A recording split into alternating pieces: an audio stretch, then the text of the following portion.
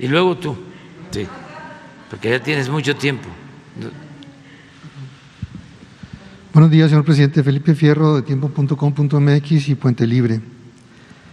El gobernador de Jalisco ya anunció oficialmente cuándo va a ser la consulta sobre el pacto fiscal.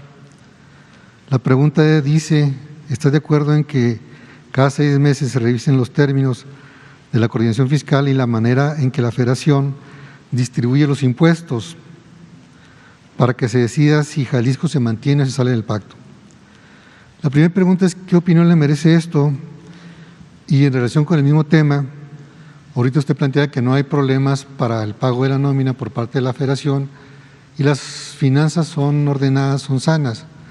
Sin embargo, en el otro México, los estados, casi todos, los municipios importantes, casi todos, y los menores, pues, de siempre están prácticamente quebrados, técnicamente quebrados.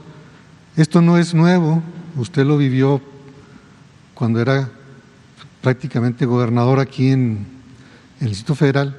El problema es, o la pregunta es, ¿qué visión tiene la Cuarta Transformación sobre el federalismo? Porque es evidente que vivimos en un sistema totalmente centralizado, la Federación controla todo el sistema fiscal, los principales impuestos en un 90-95%, controla las facultades de todo, salud, educación, comunicaciones, comercio, ambiente, todo. Entonces, ¿cuál es su visión?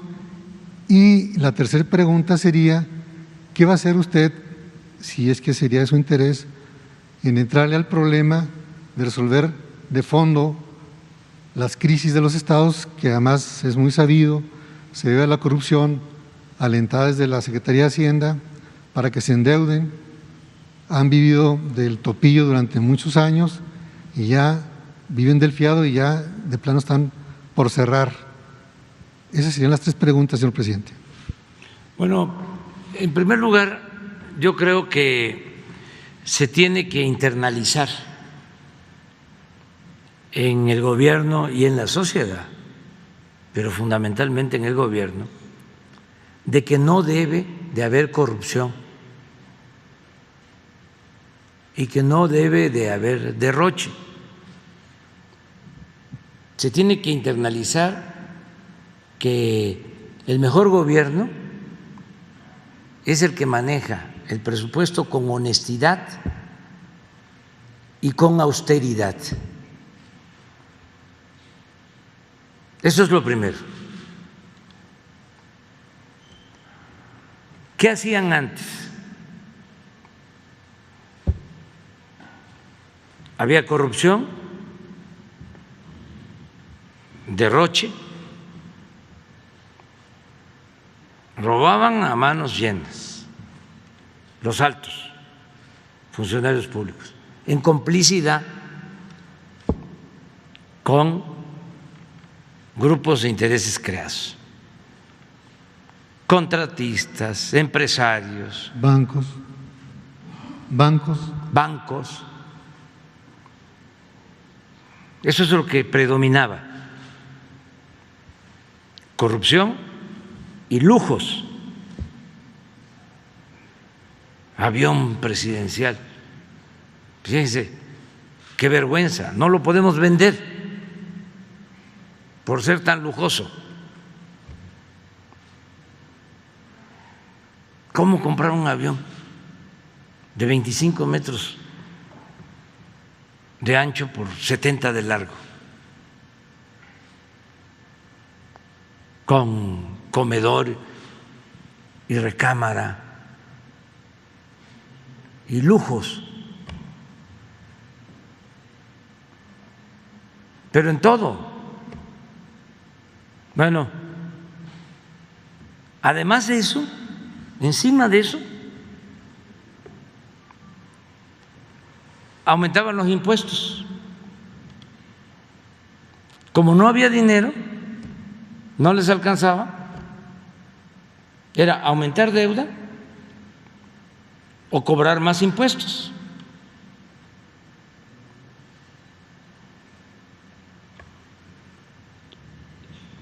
se pueden cobrar más impuestos, pero primero el gobierno tiene que demostrar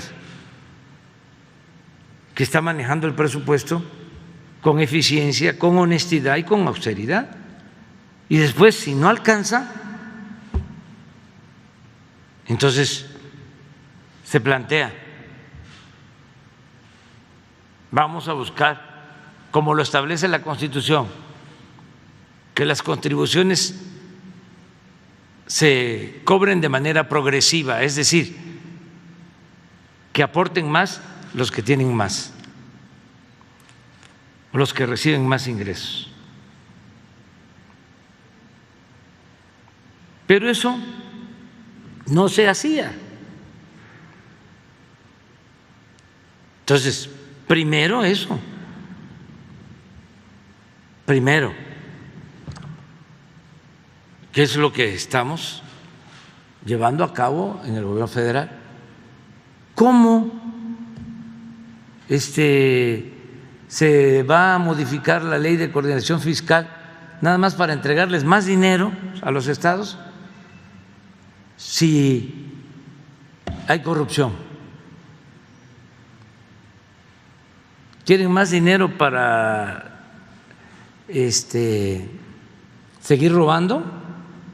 No. Entonces no hay solución. Es decir, hasta que están condenados a estar quebrados los estados. En mi caso, yo no creo que se entregue más dinero si no hay la seguridad de que se va a manejar con honestidad, porque no vamos nosotros a seguir fomentando la corrupción y los privilegios. No soy cómplice de actos de corrupción. Entonces, ¿qué pasó en los estados?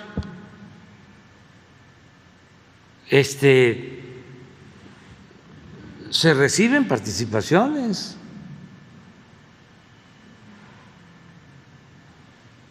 Que no son suficientes, puede ser,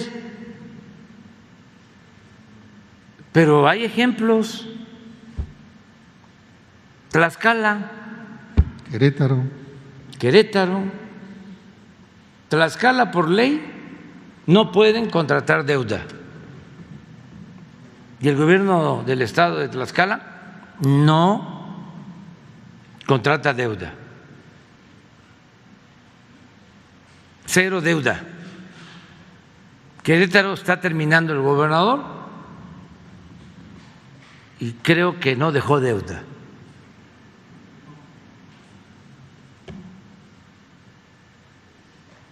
Entonces, sí hay forma de que se puedan tener fondos, siempre y cuando pues no haya prepotencia. Jalisco, yo recuerdo que hace como 10 años, 15 años, un gobernador, no sé cómo están las cosas ahora,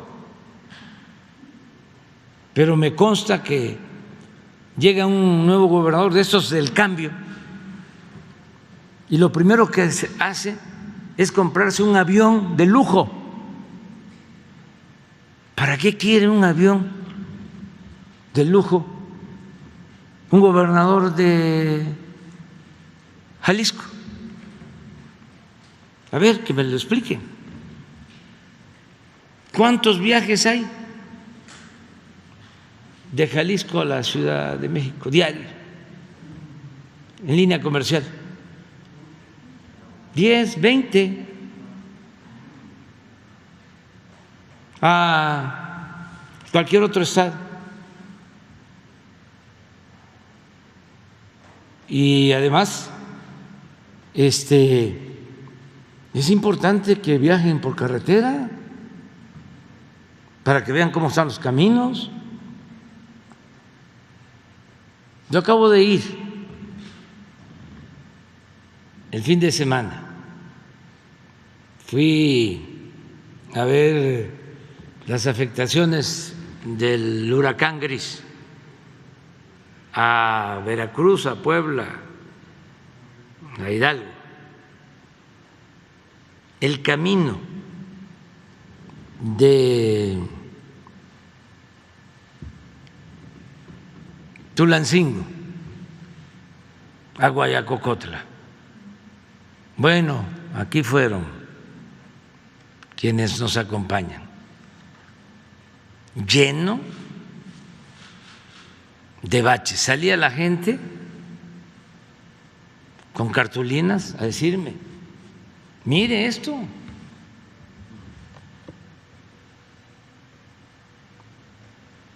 Pude haber ido en helicóptero, ¿no?, a Guayacocotla, y me ahorraba pues no solo el sangoloteo, aunque estoy aflojado en terracería, pero la vergüenza también. Pero sirve, y además que esto ayude a que todos los servidores públicos pensemos en las necesidades de la gente.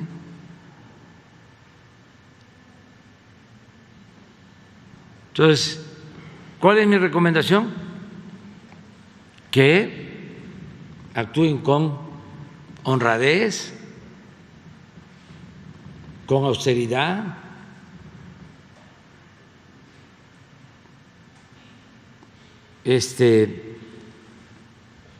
y que ahorren y puedan liberar fondos para el desarrollo, y también que están en su derecho de presentar controversias constitucionales o hacer consultas para que se modifique la Ley de Coordinación Fiscal. Otro asunto también que es importante aclarar: ayer lo estaba yo viendo en un Face, diciendo hay estados que aportan más en el desarrollo y que por lo mismo deben de recibir más. Un poco el criterio de Nuevo León, ¿no?, que dice cada rato eso. No de ese diputado, no, sí, una eminencia, sí, Cuadri, que si desaparecía Chiapas, Oaxaca y Guerrero, México estuviese mejor. Esa idea muy conservadora, porfirista. Bueno, pues eso mismo se maneja en algunos estados para ganar adeptos. Es decir, ofrecemos nosotros mucho y nos dan muy poco, o nosotros somos los que trabajamos y los del sur no trabajan.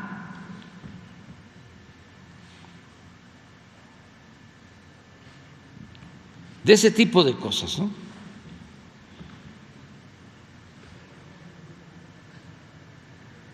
Es como lo que decía el que fue director del Reforma, que es la misma mentalidad. Ya hemos hablado aquí que son millones los conservadores de México. No son pocos, son millones. Porque a veces pensamos que nada más es Calderón, que es Fox, o ¿cómo se llama? El escritor muy famoso entre las clases medias, Moreno. No, ese pensamiento es amplio, está extendido el pensamiento conservador, son millones. Se encuentra en clases medias y en clases altas. Estamos hablando de 10, 20 millones de personas, 30, muchos que piensan igual, así, y que son clasistas y que son racistas. Nada más que también su doctrina es la hipocresía y tienen un doble discurso, siempre hay una doble moral. Pueden ir al templo, pueden ir a la iglesia y salen de ahí y olvidan los mandamientos. Pero retomando el tema, porque es importantísimo. Sí, porque al final dicen, a ver, ¿y por qué el sureste? Ahora, porque sí hay inversión federal en el sureste. Ah, porque habían dejado abandonado el sureste y el sur también existe. Y no se trata de quitarle al norte ni de quitarle al centro, se trata de emparejarnos, porque durante el periodo neoliberal el norte creció en promedio 4%, el centro 2% y el sur sureste 0. ¿Y saben quién aportó más para el desarrollo del país? El sureste. Durante 30 años, casi el 40% del presupuesto federal se originaba por los ingresos petroleros. ¿Y dónde está el petróleo? En el sur sureste. Entonces, ¿es justo, no? ¿Dónde está la pobreza? Pues en el sur sureste, pues en Guerrero, pues en Oaxaca, en Chiapas. Y hay que ayudar. Es una obligación del gobierno federal redistribuir el gasto. ¿Mande? Es una obligación del gobierno federal redistribuir el gasto. ¿Dónde estamos invirtiendo más el gobierno federal? ¿En dónde? Pues en el sur. Claro, en Oaxaca, en Chiapas, en Guerrero. Se los puedo probar, los programas de bienestar, ahí casi no hay un hogar que no reciba un apoyo, porque esa es la obligación que tenemos, eso es lo más humano, esa es la fraternidad. La justicia es darle más a quien tiene menos, no puede haber trato igual entre desiguales. Deberíamos todos, aunque estemos viviendo en el norte o en el centro donde se viva, sentirnos bien, porque eso es humanismo, eso es cristianismo, lo voy a decir, ¿o qué cosa es? No, y además de lo que todos... ¿Vamos a ser egoístas?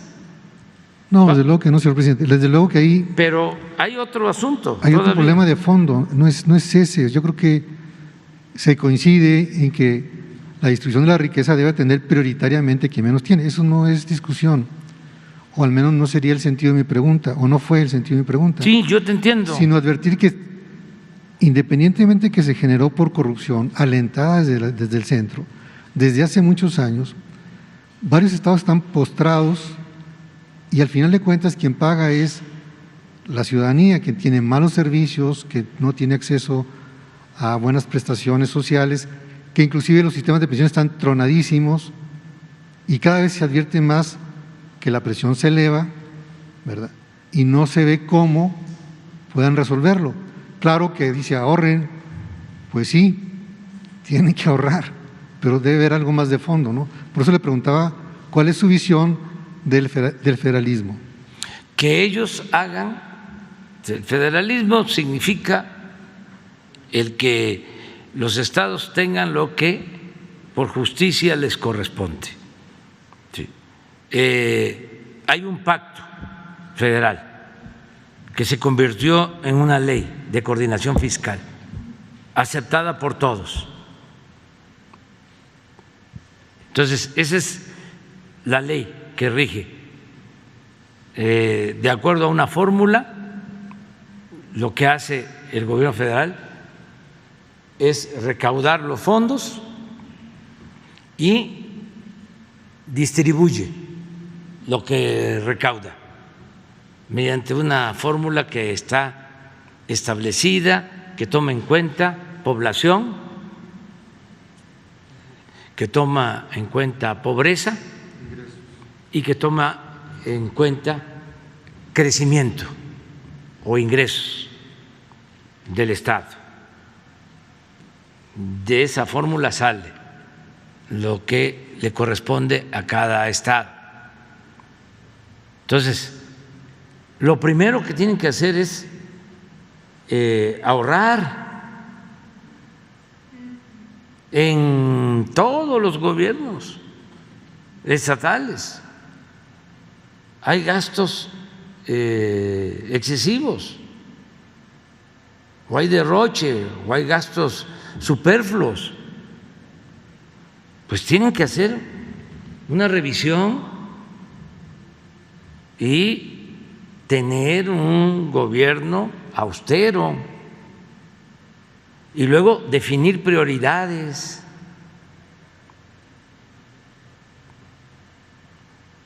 Les voy a poner un caso, un ejemplo.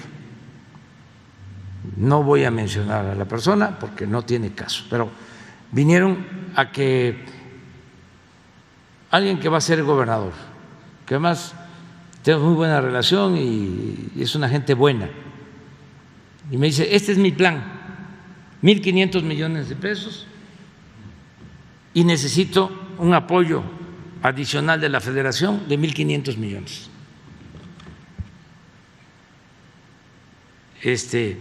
Bueno, vamos a ver. Este es mi plan de los 1.500 millones de dinero propio, o sea, del Estado. Entonces, el gasto mayor de esos 1.500 millones, casi 800 millones, lo veo así,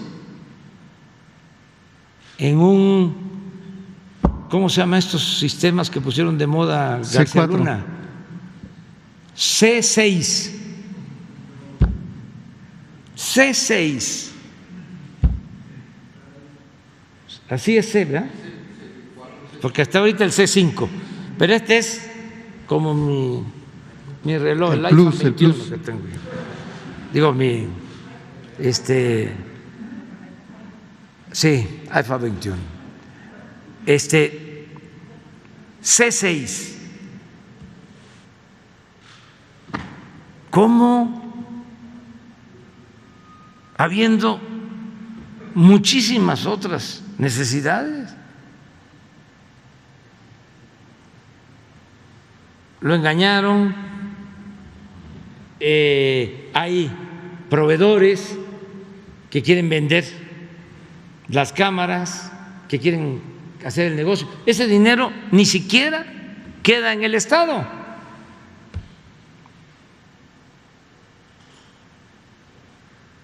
No les estoy hablando del tanteo, estoy poniendo un ejemplo. Entonces, ¿qué tienen que hacer? Priorizar.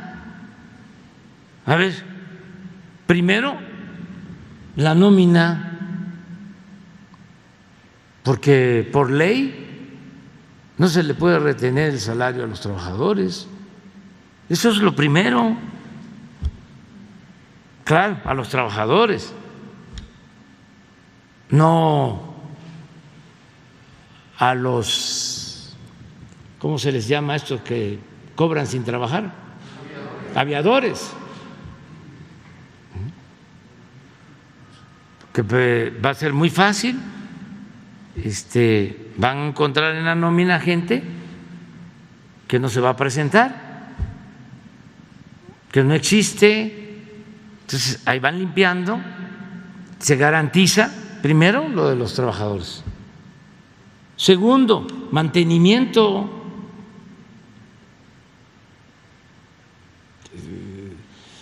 Que no se llenen de bache las calles.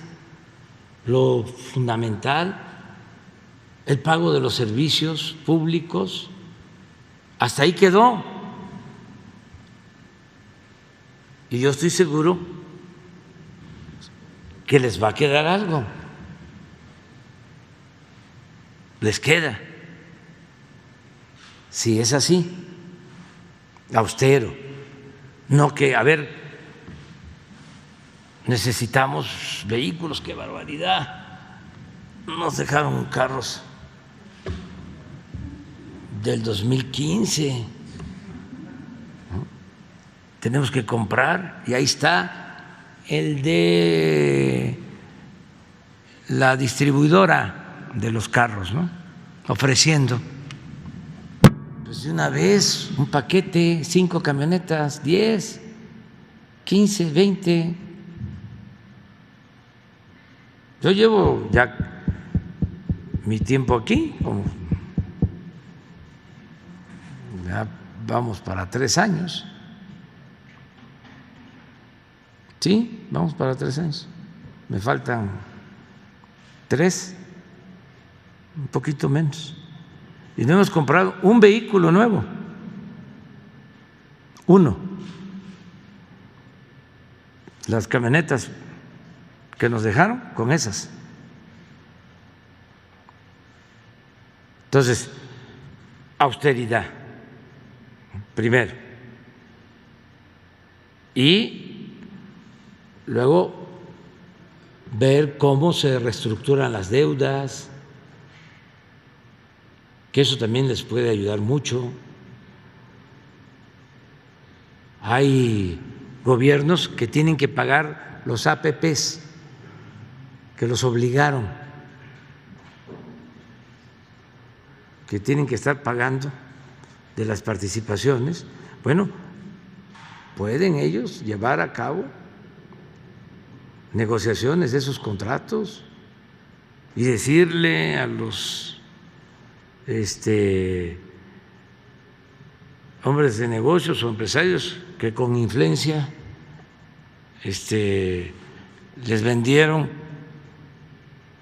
o les construyeron esas obras, los hospitales, por ejemplo, el hospital de Iztapaluca, el hospital de Zumpango. Eso se deben de estar llevando 300, 400 millones al año. Pero así está. Entonces, a ver, no te puedo pagar eso. Eso fue en otros tiempos. Ya sacaste bastante. Vamos, ayúdame. No puedo, no podemos. Entonces, ahí van ahorrando y nosotros estamos obligados a ayudarlos y los vamos a seguir ayudando.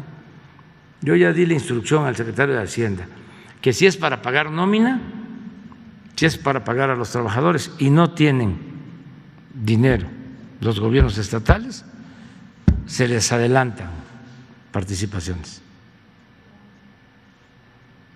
Y las obras que haga el gobierno federal las hacemos de manera conjunta, aunque ellos no aporten,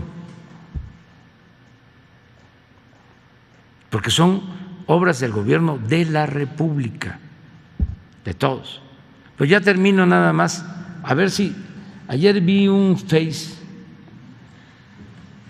en la red de lo que aportan cada estado. Hay un, a ver si te, es un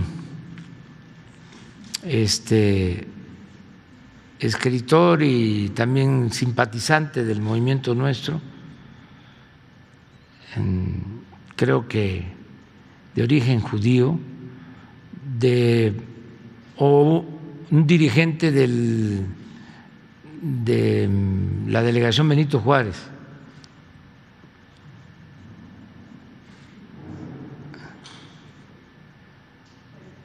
que hizo un trabajo para ver cuánto aportaba cada estado al Producto Interno Bruto. No. El caso es que la Ciudad de México aporta 16%, el Estado de México 8%, más o menos, de acuerdo a esa información, de lo que retuve. Nuevo León 7%.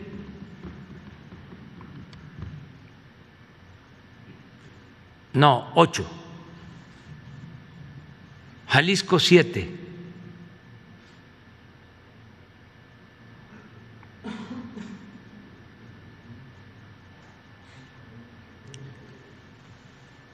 Y están todos los estados, también como para ver que de acuerdo a la participación al producto, esto.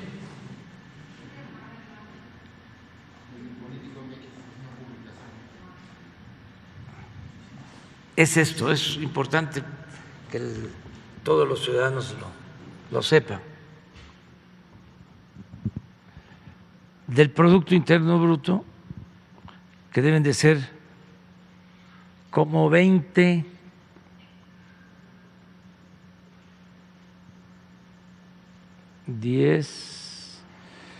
como 20 billones, 22. ¿Cuánto es el Producto Interno Bruto? 22, 23 billones, 24, por ahí.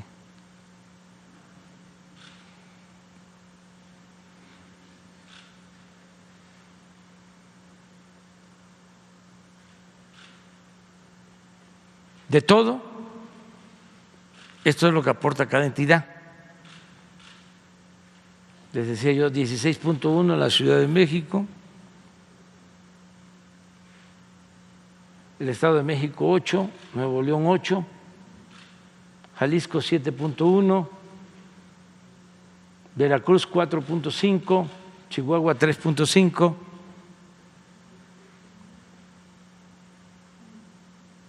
Michoacán 2.5, Aguascalientes 1.3, Hidalgo 1.6, Colima 0.6, Guerrero 1.4, Chiapas 1.4, Tamaulipas 3.1, este sí no lo veo. Baja California Sur 0.9 o 0.9, Quintana Roo 1.6, Sonora 3.4, Tlaxcala, Tabasco 2.3. Entonces, esto es muy relativo, es decir, yo aporto más, o sea, no pueden usar esto como argumento. ¿Por qué razón? Porque esto no es del todo cierto.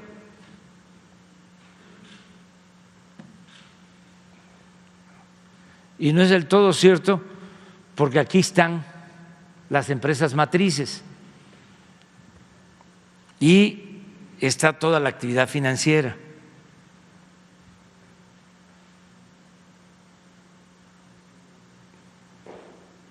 Y puede ser un estado como Veracruz, Tabasco, a ver dónde está Campeche.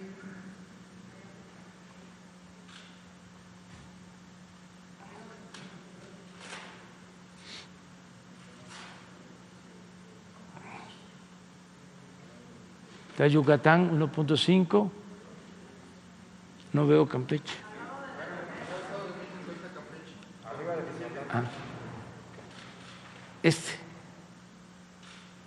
Este estado aporta la mitad, no, un poco más, como el 65% de todo el petróleo que se extrae. Estamos hablando como de 1.250.000 barriles, 1.200.000 barriles diarios.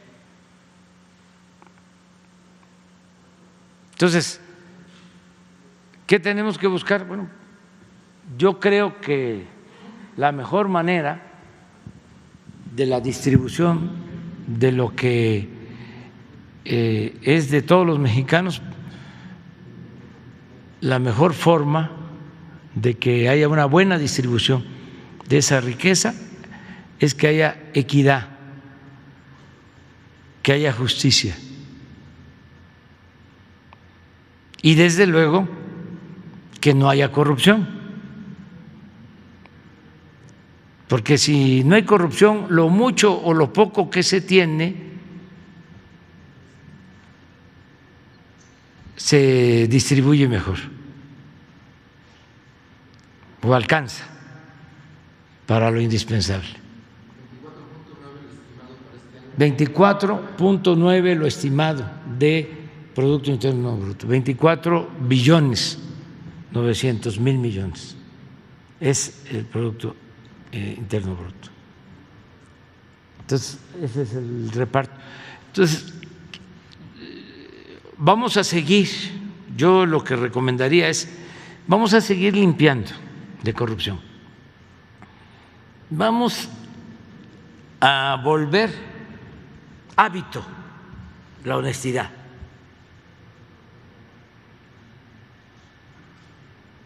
Y luego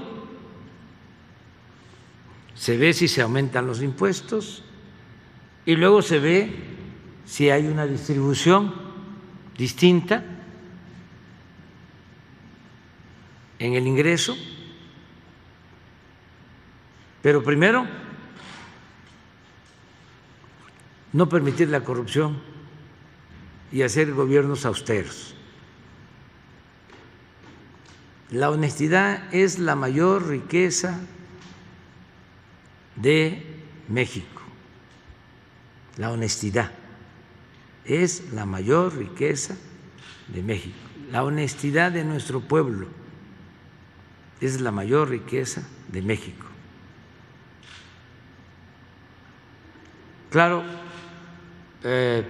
también somos libres, Quien quiera hacer una consulta, quien quiera presentar una iniciativa de ley, quien quiera presentar una controversia, adelante, lo puede hacer. Muy bien. 7 escuelas de deporte y vamos a informar. Bueno, nos vemos mañana. Mira, quedó pendiente para mañana. También 2, 3 y 4. Por favor, las 2 compañeras. Ya. Nos vemos.